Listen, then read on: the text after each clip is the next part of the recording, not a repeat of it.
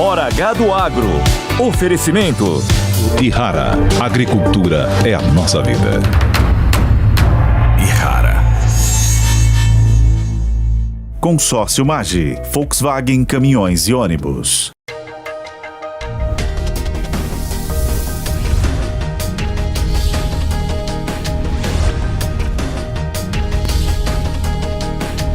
Hora H do Agro, com Kellen Severo. Olá, sejam muito bem-vindos ao Hora H do Agro. Vamos aos destaques de hoje. Você vai ver os planos do Partido Comunista Chinês para o futuro. Em plenária, Xi Jinping traça estratégia para a segunda maior economia do mundo. E a gente vai entender os impactos para a economia, para o agro e geopolítica mundial. Depois do atentado, o favoritismo de Trump aumenta nas eleições dos Estados Unidos. O republicano já dá sinais de como deve atuar na geopolítica com Taiwan. E isso importa para o agro, nós vamos detalhar aqui. No Rio Grande do Sul, produtores rurais protestaram no estado e eles pedem ajuda para recomeçar depois das enchentes. Governo federal quer publicar medida provisória com socorro aos agricultores do estado gaúcho até o fim deste mês. E mais, no Paraná, agricultores do oeste do estado paralisam uma rodovia em protesto contra a invasão de terras por parte de indígenas. Você acompanha tudo isso e muito mais no Hora H do Agro, que já está no ar. Aconteceu nesta semana a tradicional plenária do Partido Comunista Chinês. No encontro, os dirigentes delimitaram direções estratégicas importantes para o país nos próximos anos, com impactos no desenvolvimento econômico e social chinês. Um comunicado divulgado pela agência estatal chinesa destaca alguns pontos relevantes. Vamos ver.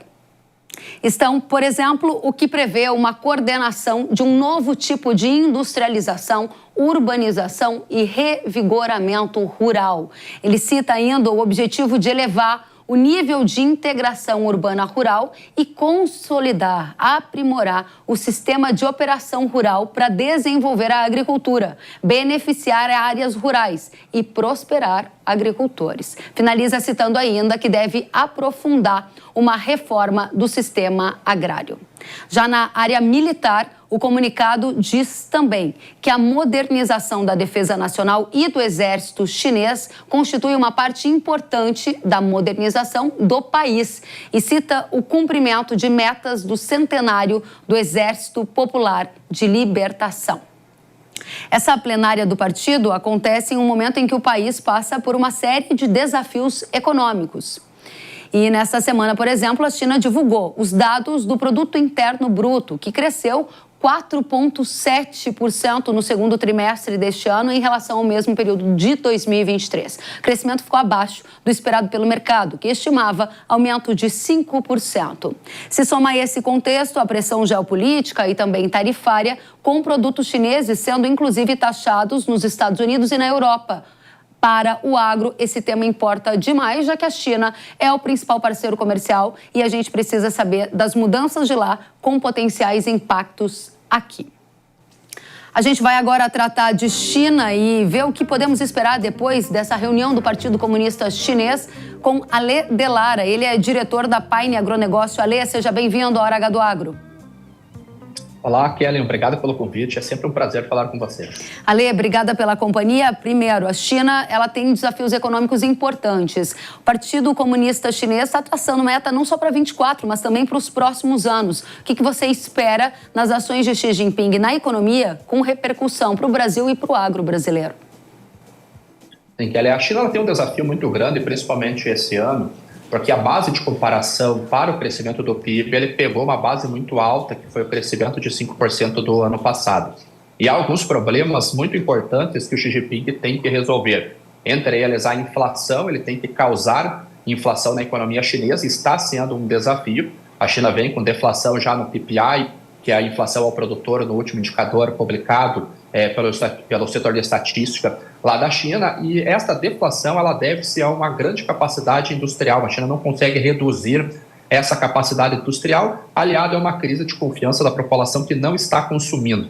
A população está aumentando a sua poupança e está consumindo pouco, e nós podemos ver esse reflexo no setor imobiliário chinês. Para o agronegócio, ele acaba sendo importante porque a China, como o maior comprador de produtos aqui do Brasil, é uma questão de financeira da própria China. Ainda mais quando nós olhamos que esses desafios, já que há uma crise de confiança do consumidor, a China precisaria exportar esse excedente industrial para países compradores como Estados Unidos e Europa. Mas com a provável vitória de Donald Trump, o Joe Biden mesmo, já ainda na presidência, colocou taxas novas, a Europa está colocando taxas novas, as exportações chinesas para o Ocidente acabam ficando mais complicadas. Então, esse é um cenário favorável ao Brasil, que pode ser ancorado aí nessa meta de crescimento chinês, mas de uma vertente um pouquinho diferente, de um canal um pouco diferente do planejado inicialmente. Interessante. Você está falando em crise de confiança lá dentro e também de impacto nas exportações chinesas para o mundo, citando aqui exemplos dos Estados Unidos, da Europa,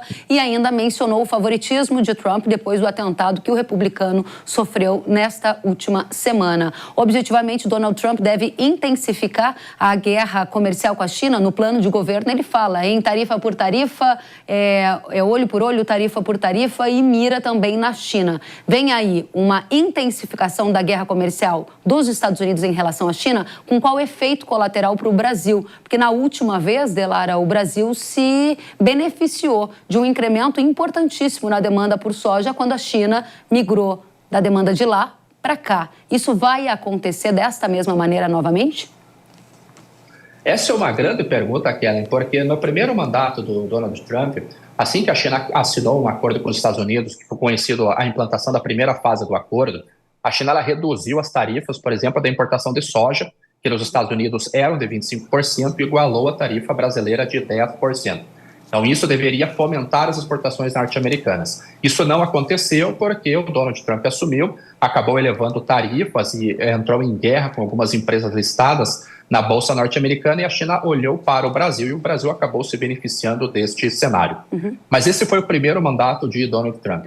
Agora nós vimos o Joe Biden colocando algumas tarifas, inclusive de veículos elétricos, que é um dos grandes produtos que a China tem enviado ao exterior, uma tarifa que chegará a 100% até o fim deste ano. E na última semana foi noticiado que o Trump poderia elevar em até 60% as tarifas de produtos chineses. Numa entrevista, o Trump disse que não falou isso, que é de 50%, que particularmente eu acho que não resolve grande coisa, numa medida de proteger a economia americana. Isso causa uma provável retaliação da China. E nós vemos isso acontecendo agora porque as exportações de soja norte-americanas para a próxima temporada 24 e 25 estão a 1/3 do que foi no ano passado. São as vendas mais baixas dos últimos 23 anos. Enquanto isso, o Brasil segue exportando um grande volume. As exportações nossas de soja, que deveriam ser menores, já estão no mesmo ritmo do ano passado. Nós não temos toda esta soja. E outro detalhe que é muito bom de nós vermos é as exportações de algodão também cresceram muito esse ano. O Brasil se tornou o maior exportador de algodão e o nosso comprador é a China. Então, a China realmente tem olhado para o Brasil, ele tem usado os Estados Unidos como um fornecedor pontual, mas eu ainda teria algumas dúvidas para emplacar esse cenário, porque numa das entrevistas que o Trump deu na semana passada, ele disse que é amigo de Xi Jinping, então possivelmente ele possa se aproximar da economia chinesa, não implantar as tarifas como o mercado ventila essa possibilidade. Falou contra Taiwan, dizendo que Taiwan tem que pagar pela proteção norte-americana. Então, pode-se entender, será que não é uma carta branca para a China poder agir contra Taiwan? Então, existem essas dúvidas baseadas nas últimas falas de Donald Trump com relação à China e também com relação à Rússia. O que você está fazendo de uma outra forma, e se eu não entendi bem, me corrija, Delara, é relativizando essa projeção de uma intensificação da guerra comercial entre Estados Unidos e China no caso de uma vitória de Trump. É isso que você está fazendo nesse momento, correto? Sim, correto. Então, a partir desse cenário, ele precisa ser analisado num outro contexto geopolítico. Se Trump não intensifica em tarifas em relação à China, a China vai usar os BRICS para combater alguma animosidade vinda dos países do Ocidente? Porque esse é um ponto importante. À medida que o Ocidente pode aumentar taxas contra a China pode usar os BRICS para tratar dessas dificuldades que ela poderia encontrar a partir dos Estados Unidos ou outros países. Qual é o papel dos BRICS na agenda chinesa e na visão do Partido Comunista? Lembrando que o Brasil faz parte dos BRICS. Sim, o Trump ele pode não intensificar as ações contra a China, o protecionismo contra a China da maneira que o mercado espera, mas não que ele vá fazer algum afrouxamento. Então, as tarifas de veículos elétricos, as tarifas contra o aço, as tarifas contra produtos médicos, contra equipamentos hospitalares, isso deve ser mantido, o que o Joe Biden colocou, e provavelmente alguns outros produtos também terão estas elevações. A Europa já está fazendo isso também, a China tem negociado com a Europa para ver se ameniza essa questão da elevação de tarifas. Como a China tem um desafio para colocar os seus produtos no mercado, seja no mercado doméstico ou seja no mercado internacional, e o mercado doméstico nós vemos uma crise de confiança, a população não está comprando, consumindo esses produtos, a saída seria a exportação. Se eu tenho dois dos grandes principais compradores impondo tarifas, encarecendo esses produtos, uma das maneiras de a China resolver essa questão é aumentando a sua cooperação, tanto regional quanto multilateral. E o BRICS tem um papel fundamental nisso, porque nós temos um país como o Brasil, com 220 milhões, 230 milhões de habitantes, temos a África do Sul, que cresce muito bem, temos a Rússia, que tem uma população elevada também, tanto que o BRICS já está aderindo novos participantes, como alguns países do Oriente Médio. A China negocia cooperações multilaterais e bilaterais, está pensando em criar uma bolsa de cereais e de grãos para poder negociar esses produtos de uma maneira além da Bolsa de Chicago, que é a grande referência para grãos, da Bolsa de Nova York para soft commodities, está negociando com alguns países a possibilidade do câmbio direto entre yuan e real, por exemplo, sem ter que passar pelo dólar. Então, são medidas que a China está caminhando para poder tentar aumentar a integração regional e multilateral para ter menor exposição à compras norte-americanas e compras europeias. Para deixar claro para a nossa audiência, 2 pontos relevantes que você traz também na sua análise é o que você chama de integração regional, que pode ter um braço nos BRICS. Essa integração regional, a minha pergunta é, ela também passa pelo financiamento, o suporte financeiro da China em diferentes regiões do mundo, é exemplo também aqui da América Latina, na construção de infraestruturas, e isso pode aumentar, inclusive, o poderio da China, a importância dela nessas regiões. E o segundo é usar o yuan no câmbio direto para aumentar a sua relevância. Esse é o cenário base que você parte dentro daquilo que viu nas projeções e nas diretrizes do Partido Comunista Chinês. Se sim, o Brasil precisará fazer uma escolha entre a política do Ocidente com a política do Xi Jinping, por exemplo? Eu acredito que chegará algum momento que os dois lados, que hoje já falamos de uma nova Guerra Fria, similar à da década de 70 entre a União Soviética e os Estados Unidos, eu acredito que poderemos chegar num momento que ou o bloco comandado pelos norte-americanos ou o bloco comandado pela China imporão essa medida para os países aliados, né? Ou com eles ou com nós. Por enquanto não fala-se nisso, mas é um risco muito elevado, principalmente aqui para o Brasil, né? Vamos tratar então de riscos e oportunidades, respondendo a nossa pergunta, os planos do Partido Comunista Chinês para 2024 e para os próximos anos. Qual é a mensagem principal que tem que ficar para a nossa audiência para a gente fechar esse raciocínio aqui? O Xi Jinping ele está trabalhando realmente olhando o futuro da China, tanto que já há alguns anos, agora ele só reforçou essa visão que eles têm que reduzir a dependência do mercado internacional. Então, para o Brasil, nós temos que ficar de olho, não já imediatamente, mas para os próximos anos isso deverá trazer algum impacto, porque já há 3, 4 anos que o país anuncia que vai elevar a produção de alimentos. Nós já vimos eles liberando sementes geneticamente modificadas de milho, já há um bom volume sendo produzido nesse sentido. Na última semana, eles anunciaram medidas para recuperar terrenos urbanos degradados com excesso de sal, com tecnologia que já está sendo testada para aumentar essa produção agrícola no país, já que eles têm uma área agriculturável muito pequena, em torno de 11% do território. Então, para o Brasil, nós teremos no curtíssimo prazo um cenário muito vantajoso, com possível aumento das exportações, como nós vimos a de milho, com o protocolo fitossanitário assinado em 2022, recorde de exportação de soja, o algodão indo muito para lá, açúcar indo muito para lá, mas no médio prazo, talvez já em 2025, nós possamos ver algum reflexo em alguns produtos com essa elevação da produção agrícola da China. Então é algo que eu acredito que deveríamos ficar muito de olho e já ficar preparados para uma possível redução em algum momento das compras chinesas. Ale Delara, muito obrigada pela sua presença aqui conosco, trazendo essas análises. A gente segue juntos, volte mais vezes. Eu que agradeço. Obrigado, Ellen. Até a próxima. E agora a gente avança para a questão da China envolvendo também Taiwan. Isso porque nesta semana o candidato à Casa Branca pelos republicanos e ex-presidente Donald Trump afirmou em uma entrevista a Bloomberg, olha só, que a ilha deveria pagar aos Estados Unidos pela defesa, já que isso não dá nada aos americanos. E ele reforçou dizendo, abre aspas, nós não somos diferentes de uma companhia de seguros, Taiwan não nos dá nada. A posição do Trump contrasta com a atual condução do presidente Joe Biden, que tem estreitado laços com a ilha e fornecido ajuda para evitar um aumento da influência da China sobre a ilha de Taiwan. Essa entrevista de Trump ocorreu em junho, mas só foi divulgada agora. Vale lembrar que na semana uma série de eventos marcaram a disputa para a Casa Branca. Entre esses eventos, o atentado sofrido por Donald Trump em um comício na Pensilvânia. Além disso, o Partido dos Republicanos realizou a convenção nacional, onde oficializou Trump como candidato à disputa. No encontro foi definido também J.D. Vance, senador de Ohio, como vice de Trump. Em relação aos democratas, Joe Biden foi diagnosticado com Covid-19 e vai ficar em isolamento. Ele cancelou um discurso que estava marcado para um evento em Las Vegas. A gente vai agora analisar os efeitos das eleições dos Estados Unidos no agro, sobre a perspectiva geopolítica, econômica e também de mudanças que estão no radar. Para isso, a gente vai receber o Christopher Garman. Ele é diretor para as Américas da Eurasia Group. Christopher, seja muito bem-vindo ao Jovem Pan News.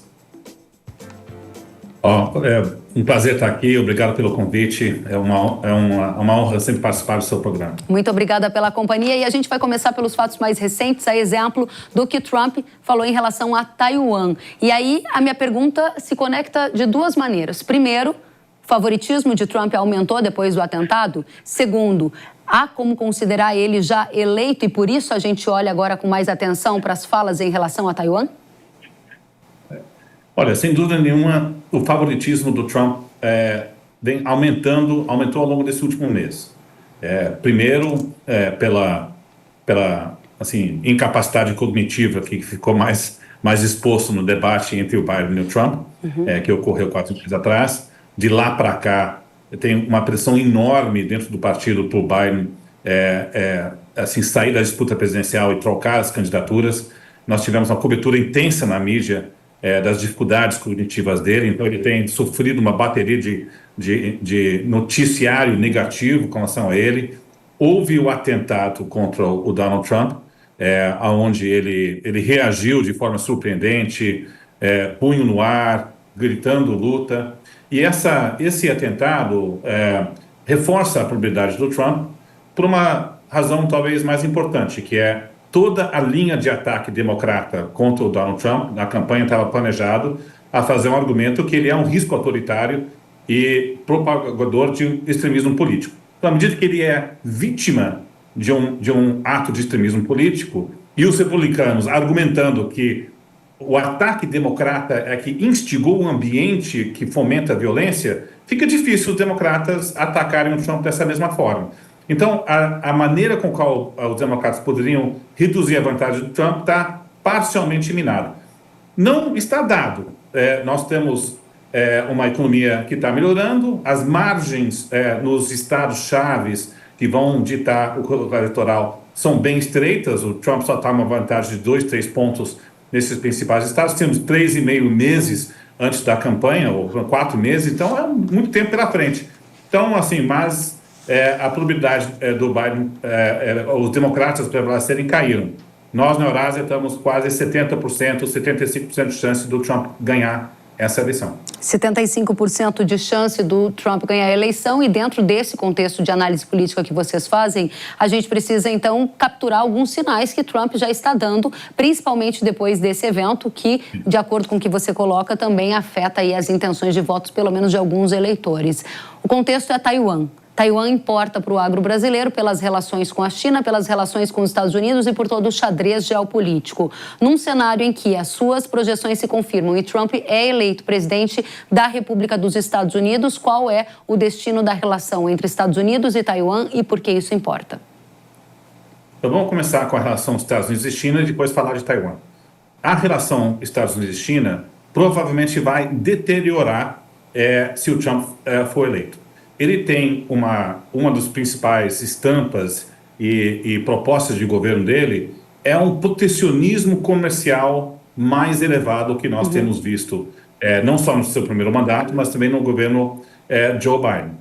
E se a gente escutar os assessores que devem ser influentes em segundo o governo Trump, e aqui eu chamaria a atenção para o ex-secretário de Comércio, ou que lidava com negociações comerciais, Robert Lighthizer, ele está com propostas muito protecionistas e, evidentemente, a proposta amplamente conhecida, que já foi ventilada, de pôr uma tarifa de importação de 60% sobre produtos chineses. Tá? Não sabemos, e é improvável que uma tarifa de importação de todos os produtos chineses seja colocado nesse volume, que seria muito elevado, mas é um sinal relevante de um protecionismo comercial mais agudo de um lado e também uma posição geopolítica e estratégica de segurança nacional mais belicosa com relação à China. Acho que todo o entorno do Trump enxerga a China como uma grande ameaça geopolítica, isso também é visto nos democratas, mas os instrumentos devem ser mais ousados do lado comercial e também no posicionamento geoestratégico. Isso é muito importante para o Brasil, e praticamente o agro brasileiro, porque se de fato os americanos colocam tarifas na China, a China, vamos ver, deve retaliar. E onde é que eles vão retaliar? Tarifa de importação de produtos agro-americanos. E quem é que vai fazer a diferença se há uma retaliação de restrição de importação de produto americano? São produtos brasileiros. Então, o Brasil pode se beneficiar indiretamente. Agora, no segundo ponto sobre Taiwan, de fato, ele colocou na entrevista com a Bloomberg uma possível enorme mudança, que é o Taiwan tem que pagar para o nosso apoio militar, eles roubaram nossos chips. Então, no fundo, o Trump está dizendo que talvez não vai haver a defesa de segurança de Taiwan. Em tese, isso pode ser uma boa notícia do lado para os chineses, porque não vai ter uma reputação americana com uma investida militar, mas talvez o que o Trump está querendo fazer é só ameaçar para ter um compromisso de apoio de financiamento militar maior do Taiwan, para eles não receberem um apoio de graça. Então, acho um pouco cedo para argumentar que o Trump vai abandonar o Taiwan, né? Mas é num contexto de acirramento, tensionamento geopolítico e comercial que provavelmente ocorrerá se o Trump for eleito. Taiwan poderia entrar como uma moeda de troca, dado que Trump é um exímio negociador, para que ele afrouxe o apoio a Taiwan e, com isso, a China teria menos perdas em relação a tarifas com os Estados Unidos? Essa é uma leitura que a gente poderia fazer? Eu acho que a visão dentro do governo Trump é que a China está tirando vantagem da comunidade americana através de empregos e roubo tecnológico e assim por diante, é muito forte e provavelmente Taiwan não entra no hall dessa jogada. O que nós, pelo menos a gente tem apurado, é que a fala do Trump expressa que para ele não enxerga como um objetivo geoestratégico tão importante a defesa de Taiwan. Esse é um ponto importante. Então, no fundo, o que talvez ele queira é que Taiwan pague um preço financeiro de apoio militar para ter um pouco essa cobertura de segurança. Então, ele recebe algo em troca de Taiwan. Então, mas não acho que garantia da China com relação a Taiwan vai de fato reduzir o potencial de tarifas americanas sobre a China. O que a China pode fazer é alguma garantia de menos restrição de exportação, alguns tipos de negociação, como foi feito no primeiro mandato. Mas vai ser mais difícil, porque eles vão entrar mais arrojados. Mas você tem um ponto importante, que é o estilo negocial do Trump, é sempre isso. Ele ameaça com coisas muito fortes e tenta chegar a um acordo. Então, nós na Eurásia, nós estamos mapeando isso em várias áreas. O risco de ameaçar e não ter um acordo e resultado pior é maior, e também o risco de chegar a um acordo é maior. Então, as duas caudas aumentam, né? Seja na negociação com a Europa, negociação com o México, negociação com a China. A gente vai ter esse padrão, sim, de uma Casa Branca Trump. Muito bem, e esse ponto que você está colocando em relação à estratégia do Trump, em relação a conflitos internacionais, está inclusive nas plataformas de governo que ele já divulgou, dizendo que ele não pretende entrar em guerras que ele considera desnecessárias. E aí a gente pode ter um exemplo, a questão de Taiwan, que você está aqui ilustrando, e também uma sinalização de como poderá ser o desfecho da guerra entre Rússia e Ucrânia, que hoje é muito suportada pelo Ocidente. A Ucrânia é muito suportada pelo governo Biden. Sem esse suporte financeiro e militar, a gente poderia ter uma vitória da Rússia e, com isso, um novo rearranjo geopolítico. O que você está enxergando em relação à Rússia e Ucrânia? E eu pergunto porque, para a nossa audiência, esse leste europeu é produção de trigo, é produção de milho, que concorrem com produtos do Brasil em muitos casos, fertilizante russo que vem para o Brasil, diesel russo, ou seja, importa demais, Christopher, desculpe. Não, perfeito. Olha, excelente pergunta e bem importante para o setor agro brasileiro.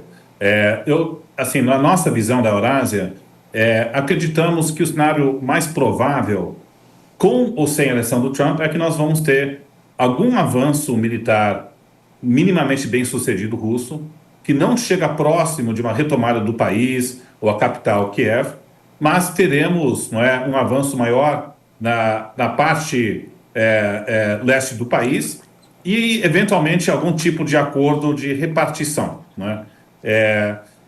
Com Trump ganhando, o que pode ocorrer é que podemos ter um aumento do tensionamento, porque vai ser um abandono americano com apoio militar aos ucranianos, um pânico entre os aliados europeus para tentar recompor esse apoio militar americano para a Ucrânia, que não vai ser fácil, não só do lado dos armamentos bélicos, mas também do lado do financiamento, da maneira com a qual a União Europeia e a Europa se organiza para poder ajudar a financiar a Ucrânia. Então, portanto, o desespero do Zelensky de uma possível avanço russo vai ser maior e talvez aí o risco de um conflito um pouco mais exacerbado no curto prazo aumente, porque um Zelensky desesperado pode tomar medidas que tragam um risco de cauda de um conflito que possa incluir a OTAN, tá?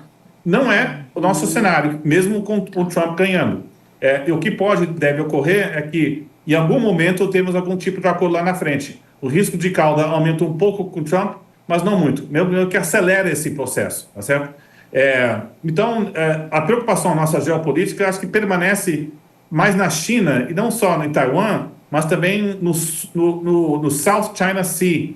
No contexto de relações ruins entre Estados Unidos e China, os conflitos geopolíticos na Ásia tendem a aumentar, mesmo nessa ressalva que nós falamos sobre Taiwan. Então, com Trump estamos menos preocupados de Ucrânia, é um risco de cauda que existe, mas um pouco mais na relação Estados Unidos e China. Só para ver se eu entendi, a sua visão pode ser compreendida em alguma medida para um fim da guerra entre Rússia e Ucrânia?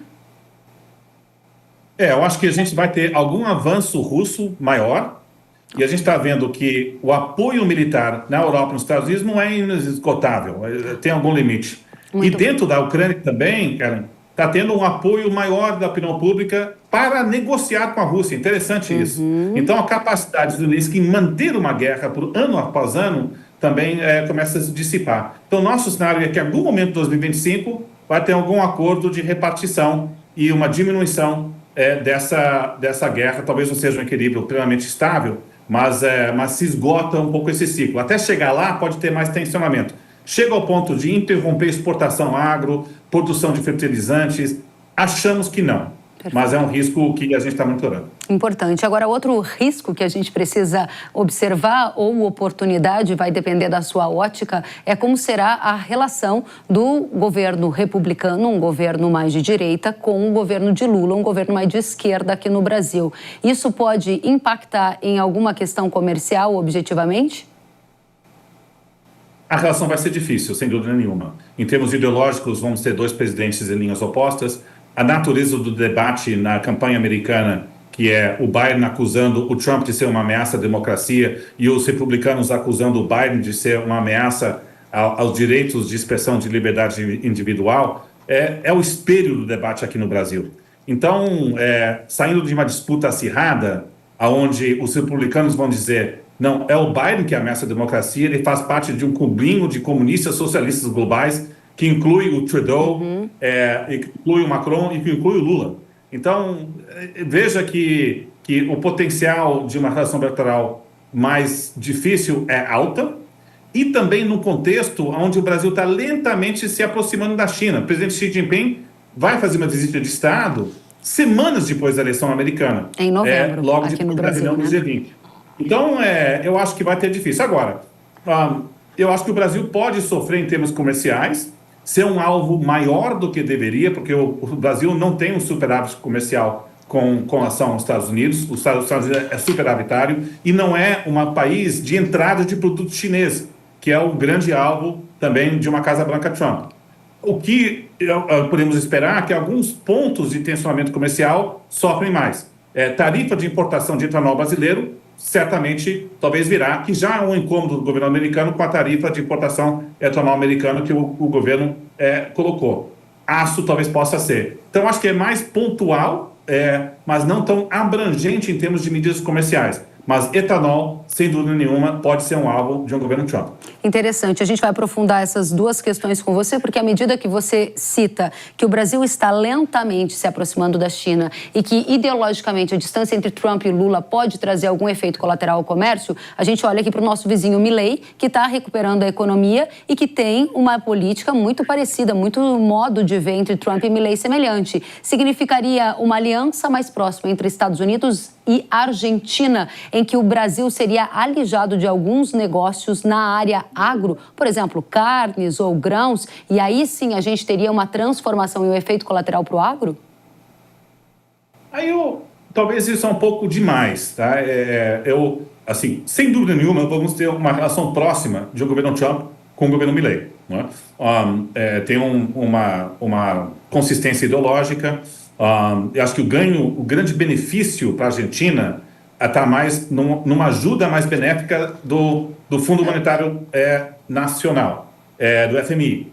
A gente está com dificuldades macroeconômicas severas, então o governo Trump pode ajudar nesse sentido, tá?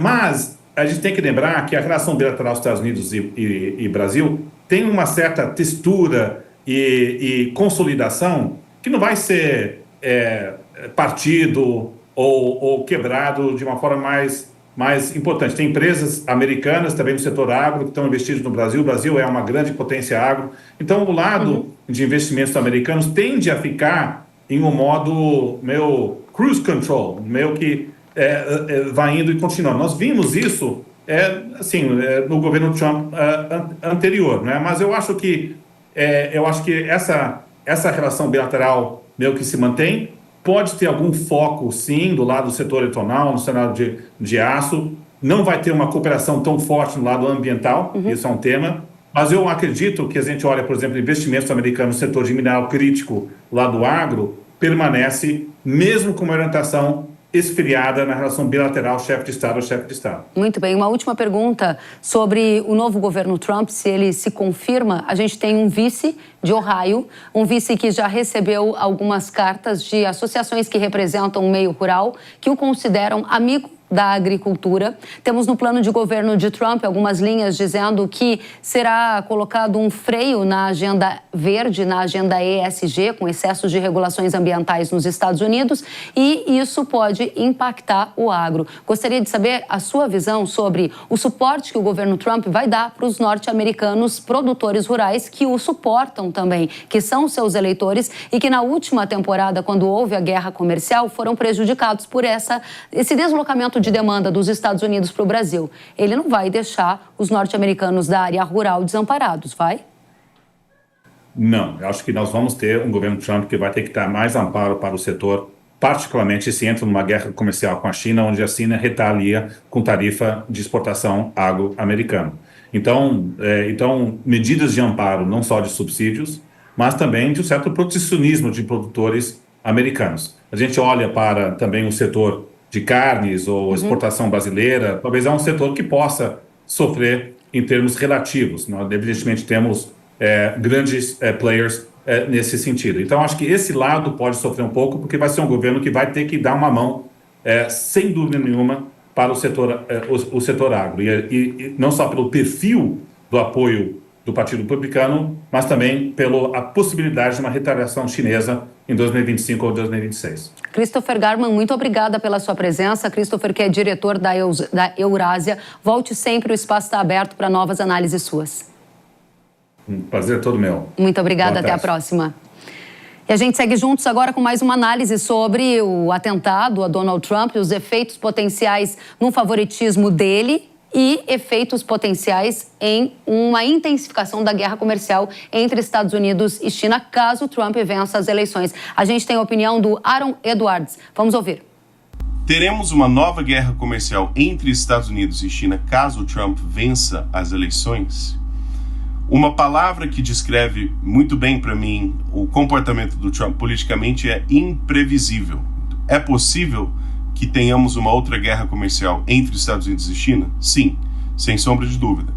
É necessário? Não, não acho necessário. O que eu diria que tem uma alta probabilidade de acontecer, caso o Trump seja eleito, é que os Estados Unidos vai se posicionar, se inserir na questão, em várias questões geopolíticas internacionais com mais força, de uma forma mais decidida, de uma forma mais, digamos, tradicional de se impor. Então, essa postura de mais força, de mais imposição, eu diria que tem uma alta probabilidade disso comparado com o governo Biden. Se isso vai se manifestar numa guerra comercial com a China ou não, é menos claro, na minha opinião. Aaron, diga pra gente quais os possíveis efeitos para o agro brasileiro dentro desse cenário de uma guerra comercial, se ela se intensificar entre os norte-americanos e os chineses. Mesmo se tiver uma guerra comercial como em 2018, e mesmo se a soja for usada como peça de barganha nessa guerra comercial, eu tenho minhas dúvidas se os efeitos seriam o mesmo. Uma grande narrativa de 2018 foi a narrativa que a China precisa da soja dos Estados Unidos. E assim que saiu a guerra comercial, o que aconteceu foi que a China direcionou todos os seus esforços de aquisição de soja para o Brasil, e o Brasil conseguiu suprir. Hoje em dia, o Brasil já produz muito mais soja do que em 2018 e já é líder consolidado como o maior produtor de soja, e eu tenho dificuldade de pensar que a narrativa que a China precisa da soja dos Estados Unidos se sustentaria, a ponto que eu tenho minhas dúvidas, mesmo havendo guerra comercial, se a soja seria uma pauta tão forte quanto foi em 2018, e mesmo se for, o mundo está mais do que convencido que o Brasil já tem soja suficiente para atender a demanda chinesa. Eu tenho minhas dúvidas se a resposta do mercado seria igual. Sempre quando saem notícias, o hábito é você reagir como reagiu da outra vez.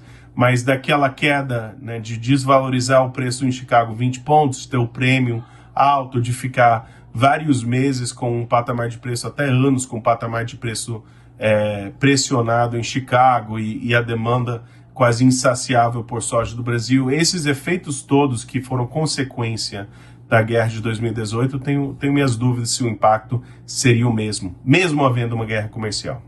Muito obrigada, Aaron, pela opinião, pela presença aqui no Hora H do Agro. A gente segue, depois do intervalo, você vai ver. Lá no Rio Grande do Sul, agricultores voltaram a se reunir e pedem socorro ao governo federal para se reconstruir, para recomeçar depois das enchentes que atingiram o estado. E no oeste do Paraná, os produtores rurais protestaram contra o aumento de invasões de terras por indígenas. É isso mesmo, a situação está tensa e a gente vai atualizar já já. Eu espero você no Hora H do Agro. Hora H do Agro, com Kellen Severo. As doenças estremecem os investimentos e o planejamento da safra. Fusão, fungicida da Irrara, com a alta performance e o baixo investimento no combate às doenças da soja. Imbatível no controle da ferrugem, mancha-alvo, antracnose, oídio e anomalia da soja. Rápida proteção, máximo desempenho em condições climáticas desfavoráveis. Consistência em alta produtividade comprovada pelos especialistas. Fusão da Irrara, o fungicida da soja que você tem que usar. Produto de uso agrícola. Venda sob receituário agronômico. Consulte sempre o engenheiro agrônomo. aqui, Zico. Eu tenho a dica certa para você que não leva apenas sua carga, mas impulsiona o progresso. O consórcio MAGE Volkswagen Caminhões e Ônibus é ideal para ter seu caminhão novo, aumentar ou renovar a sua frota. Zero de entrada, parcelas a partir de R$ 2.800 e aqui o cartão vermelho é para os juros. Dê o primeiro passo para essa vitória. Consórcio MAGE Volkswagen Caminhões e Ônibus, a estrada da conquista começa aqui.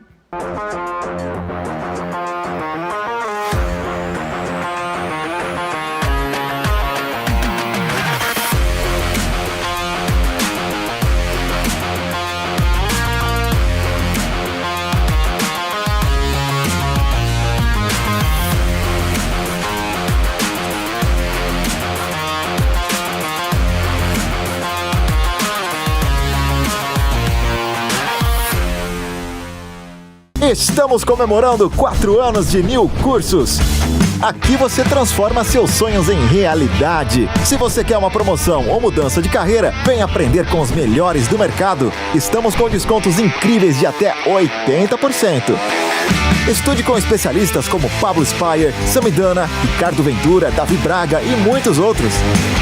Acesse newcursos.com.br e comece agora a sua jornada de sucesso. Hora H do Agro, com Kellen Severo.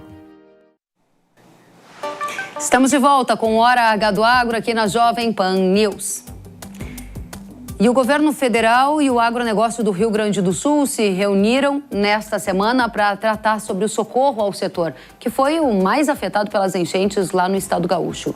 No encontro estiveram presentes os ministros Carlos Fávaro, Paulo Teixeira e Paulo Pimenta. Segundo a Federação da Agricultura do Rio Grande do Sul, o governo prometeu até o fim deste mês publicar uma medida provisória para ajudar os agricultores na reestruturação das dívidas. Há uma expectativa de que essa medida permita o perdão de dívidas rurais de agricultores familiares e também o alongamento do prazo de pagamento das dívidas dos demais produtores rurais.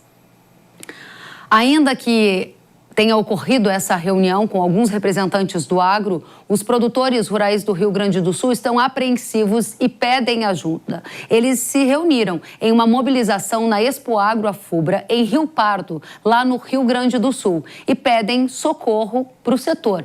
E lembram também que, além das enchentes, os produtores rurais gaúchos vieram de 3 secas seguidas. Segundo os organizadores da manifestação, cerca de 10 mil pessoas estavam no local, entre eles agricultores, entidades que representam o agro, parlamentares e o governo estadual.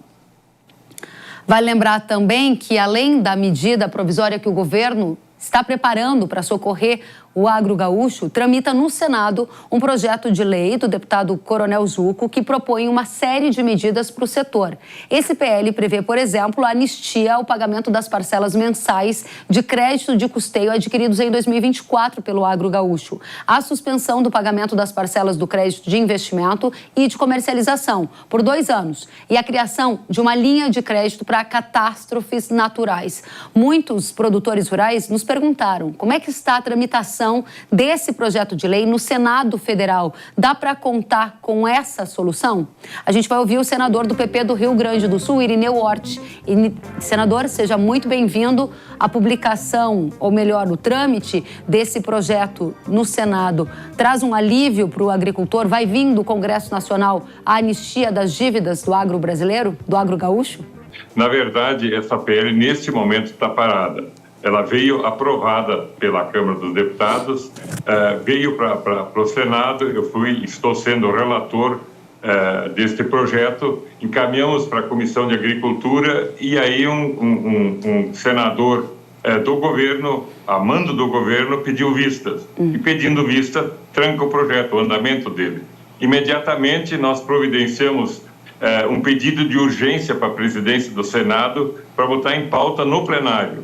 E em 2 horas, praticamente, nós conseguimos as assinaturas necessárias e o assunto foi para o presidente do Senado, que iria pôr, no primeiro momento, o ofício de urgência e votação para que no dia seguinte, na quarta-feira, fosse votado, então, no plenário esta lei, aprovada esta lei. Naquele momento, o pessoal do governo sentiu que ia ter uma derrota, talvez muito fragorosa, e veio com a proposta de editar uma medida provisória. E seria acertada a reunião no dia seguinte, que foi na quarta. O evento com o presidente do Senado foi na terça. Né? Quarta-feira, nós nos reunimos, os 3 senadores do Rio Grande do Sul, com o aval do senador Jacques Wagner como líder do governo, com os técnicos do Ministério da Fazenda, da Agricultura, do MAPA e do Palácio do Planalto. E aí eles trouxeram algumas informações, documento, inclusive nos entregaram documento do que constaria basicamente nesta medida provisória. E que a medida sairia até o dia 26. Mas aí agora, na reunião que aconteceu em Porto Alegre ontem, o anúncio seria então dia 30. E as principais questões, elas praticamente são similares ao que consta no projeto de lei do deputado Zucco, com algumas alterações. Mas como a medida provisória, Kelly, entra em prática, entra em vigor no dia seguinte à publicação no Diário Oficial, para nós agricultores é muito mais interessante isso do que correr o risco de votar o projeto de lei que está lá no Senado, chegar no governo e ele vetar. Aí entraria naquela demora toda dos vetos que todos nós sabemos. E a medida provisória, uma vez editada e valendo, ela vai para o Congresso Nacional novamente, lógico, e lá ainda poderá ser emendada, poderá ser acrescentada, aprovada originalmente ou com mudanças. Vai depender exatamente de como vai vir. Se vai vir atendendo aquilo que é o principal interesse dos agricultores do Rio Grande do Sul afetados. Então, senador, para esclarecer, haviam 2 frentes em que o agricultor que está querendo reconstruir no Rio Grande do Sul prestava atenção. Uma delas, medida provisória do governo, tentando uma anistia de dívidas contraídas em função da enchente, que vai ser difícil de pagar, ou até uma reestruturação dessas dívidas, e a outra via, o projeto de lei, que tramita no Congresso Nacional com o mesmo propósito, anistia ou prorrogação de dívidas. Nessa situação atual, o senhor está nos dizendo que houve um pause nesse projeto de lei no Congresso e as atenções todas estão voltadas para essa medida do governo, que tinha prazo para 26, agora pode ficar para o dia 30. A sua expectativa em relação a esse assunto, enquanto representante dos agricultores, é que, de fato, a medida provisória do governo vai resolver a situação, vai ajudar a reconstruir o Estado gaúcho, principalmente na área rural? Eu diria assim que 70% a 80%, 75% dos pleitos devem ser atendidos desde que ele cumpra o que está escrito no documento que ele nos entregou aos 3 senadores do Rio Grande do Sul. Né? Esperamos que desta feita seja cumprida a promessa documentada, embora não tenha assinatura, mas é um documento que nos foi entregue em mãos nesta reunião lá no Senado, na liderança do Senado. Okay. E nós tínhamos o aval do Jacques Wagner. Então, o projeto de lei está parado, está esperando essa definição. Se for definido, ele vai para o arquivo. E se não, tem a chance de continuar o andamento da lei proposta pela Câmara dos Deputados, do deputado Zucco. Senador, para a gente encerrar, a prorrogação das dívidas do governo federal foi dada para o agro do Rio Grande do Sul até 15 de agosto. 15 de agosto está logo aí. Então, a nossa audiência está preocupada, tem pressa. O segundo aspecto, se o senhor acredita nesses trechos do papel que o governo lhe entregou, quais são os 3 principais elementos da medida provisória? É anistia de dívida para todo mundo ou só para alguns agricultores? Quais agricultores? Se o senhor puder fazer um breve resumo. Basicamente para quem tem Pronaf, né? São 248 mil contratos de Pronaf, onde a maioria deles, 93%, tem dívidas até 20 mil reais. Essas seriam remidas, seriam extintas, seriam praticamente o governo abonaria isso e o produtor não precisaria pagar. Neste momento, mais da metade de todo o processo de dívidas do número de pessoas estaria resolvido. Quem tem Pronamp e valores baixos também, só que o número de contratos ali é bem menor. As demais dívidas, aí é que tem uma questão de prazos. O governo está oferecendo 3 anos ou 4 anos, nós pedimos 15, ou no máximo, ou no pior das hipóteses, 10, com 3 de carência. Né? Então, para o produtor poder realmente jogar essas dívidas para frente, aquele que tem dívidas maiores. E, além disso, ainda está propondo um desconto para quem tem prejuízos na lavoura acima de 30%, de acordo com o laudo técnico que deverá ser fornecido ao órgão financiador. Então é uma tabela, uma regra que ainda vai ser definida, então não é uma coisa final definida ainda, mas eu acredito que desta feita o governo vai cumprir, pelo receio que tem, que poderá ser aprovada a outra que é muito pior lá no Senado. Muito bem. Senador Irineu Hort, senador do PP do Rio Grande do Sul, obrigada pela presença na Jovem Pan News. Volte sempre. Até a próxima. Tá bom. Muito obrigado. Um abraço a todos. Até a próxima. Produtores rurais de Guaíra e Terra Roxa, no oeste do Paraná, fizeram nesta semana uma manifestação contra as recentes invasões de terras por indígenas que estão ocorrendo lá na região. As prefeituras das duas cidades revelam que houve um aumento de invasões de terras por indígenas desde o início deste mês, o que tem elevado a tensão na região. Representantes dos Ministérios dos Povos Indígenas e dos Direitos Humanos foram enviados para o local para tentar mediar qualquer conflito. O próprio Ministério dos Povos Indígenas confirmou a invasão das terras. Segundo a pasta, 22 famílias iniciaram a retomada de territórios, abre aspas, porque a comunidade em que vivem já não comporta mais habitantes. O Ministério dos Povos Indígenas também confirma a retomada de territórios tradicionalmente ocupados nos municípios de Douradina e Carapó, em Mato Grosso do Sul, no último fim de semana. Um conflito de terras entre indígenas e agricultores em Pontão, no Rio Grande do Sul, também vem sendo acompanhado. Vamos lembrar que está programada para começar em 5 de agosto os trabalhos da Comissão de Conciliação, que vai tratar das ações que envolvem o marco temporal para a demarcação de terras indígenas. Devem participar dessa comissão representantes de indígenas, do governo, estados e municípios, além de parlamentares. Essa conciliação acontece porque o Supremo Tribunal Federal declarou o marco temporal inconstitucional, enquanto o Congresso aprovou uma lei que prevê que o marco temporal é válido. E diante de toda essa lacuna, existe um aumento de tensão real no interior do Brasil, a exemplo do estado do Paraná, em que, de um lado, agricultores vão às ruas se manifestar pedindo paz no campo e o direito à propriedade privada. De outro lado, famílias de indígenas retomam a territórios que consideram seus. A situação é qual? A gente vai saber com o prefeito de Guaíra, o prefeito Heraldo, que está conosco. Seja muito bem-vindo. Qual é a situação no oeste do Paraná nesse momento? Há um ambiente de tensão entre a produção rural e comunidades indígenas? Bom, primeiro eu quero agradecer a oportunidade de manifestar e de um assunto que realmente está em voga. É um momento muito tenso que os dois municípios, especialmente aqui Guaíra e Terra Roxa, estão vivenciando, né? E na condição de gestor eu tenho a obrigação de... Eu acabei de hoje fazer uma videoconferência, há pouco, instantes atrás eu estava nessa videoconferência, onde foram tratados e abordados todos esses temas, né? Com os mais diversos órgãos, né? Mas ainda assim eu fiz questão de fazer o registro que a nossa visão tem 3 facetas aí que nós precisamos levar em consideração, 3 focos, né? Tem um aspecto administrativo que envolve as administrações municipais, estadual e federal. E o aspecto jurídico não pode ser vilipendiado nesse momento, porque o direito de propriedade é uma cláusula pétrea da nossa Constituição Federal, que é a nossa lei maior, e também tem um aspecto político, né? Necessariamente o Congresso Nacional ele tem que se fazer presente nesse momento crítico que o país atravessa. Quero crer que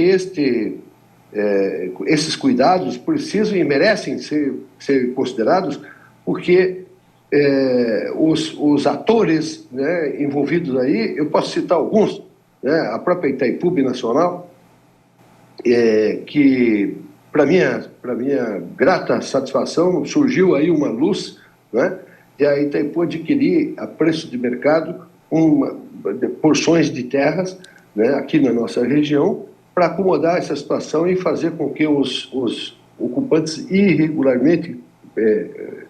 essas ocupações irregulares sejam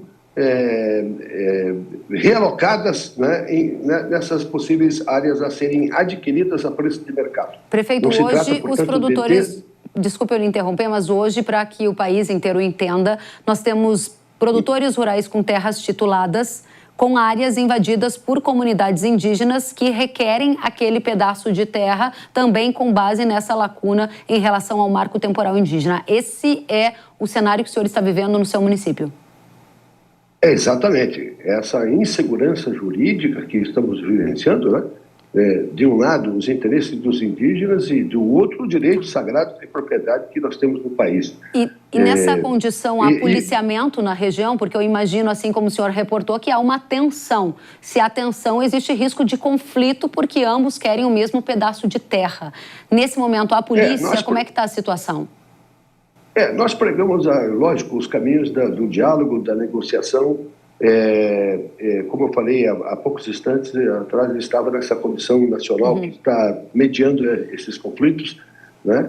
E quando se fala em negociação, é preciso deixar clara a nossa posição aqui, enquanto gestor do município, dizendo que para viabilizar uma negociação é preciso distensionar essa questão, né? Fazendo com que as ocupações irregulares, especialmente essas mais recentes, né, essa ampliação das áreas ocupadas, sejam desocupadas imediatamente para que o ambiente seja realmente uma possibilidade de negociação. Perfeito, uma última pergunta. Essa é a nossa postura, é isso que nós estamos recomendando e também essa comissão precisa chamar os diversos atores, né, porque eu estou falando aqui, além da Itaipu Nacional, da Casa Civil dos 3 âmbitos, a questão do Ministério da Agricultura, a Secretaria Estadual de Agricultura, tá certo? E a Secretaria Municipal de cada município envolvido. Perfeito. Secretaria de Saúde, porque envolve essa pretensão de demarcação aqui, ela não é de hoje, mas envolve a questões de riscos fitossanitários, que foi abordado já diversas vezes, e eu faço questão de enfatizar. A questão da segurança pública, porque... Prefeito, eu vou precisar interrompê-lo porque a gente está encerrando o programa, mas eu não gostaria de deixar a nossa audiência sem uma resposta e eu sei que o senhor prontamente nos atendeu, eu gostaria dessa resposta. Foi ofertada uma outra terra para que essas comunidades indígenas se retirem dessa área em que invadiram. A comunidade indígena recebeu de bom grado essa oferta ou não? Eles pretendem ficar nessas áreas que já são de propriedade rural? Eles são absolutamente radicais, mas eu acho que vai se caminhar para uma negociação. E acabei de ser noticiado há poucos instantes também que os agricultores que sofreram essas ampliações, dessas invasões, ingressaram na justiça e obtiveram liminar no sentido de reintegração dessas posses.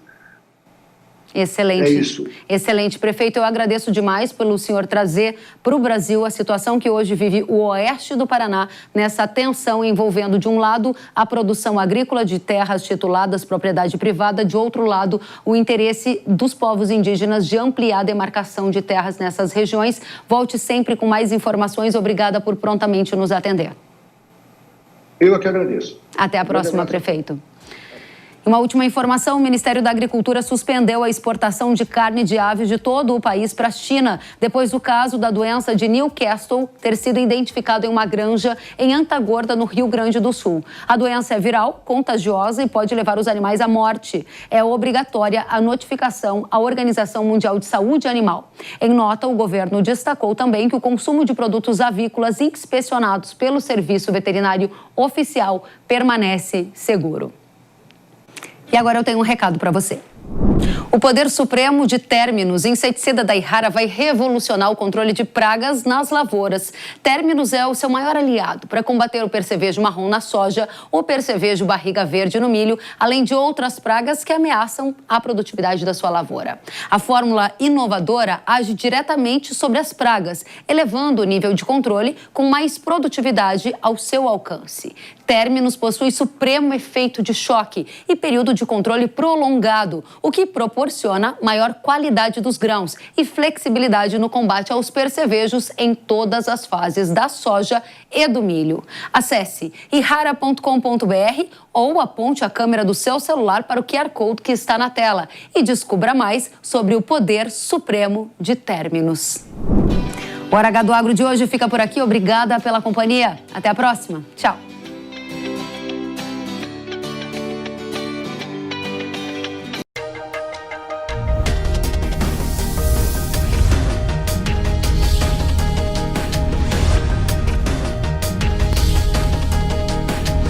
Hora H do Agro, com Kellen Severo.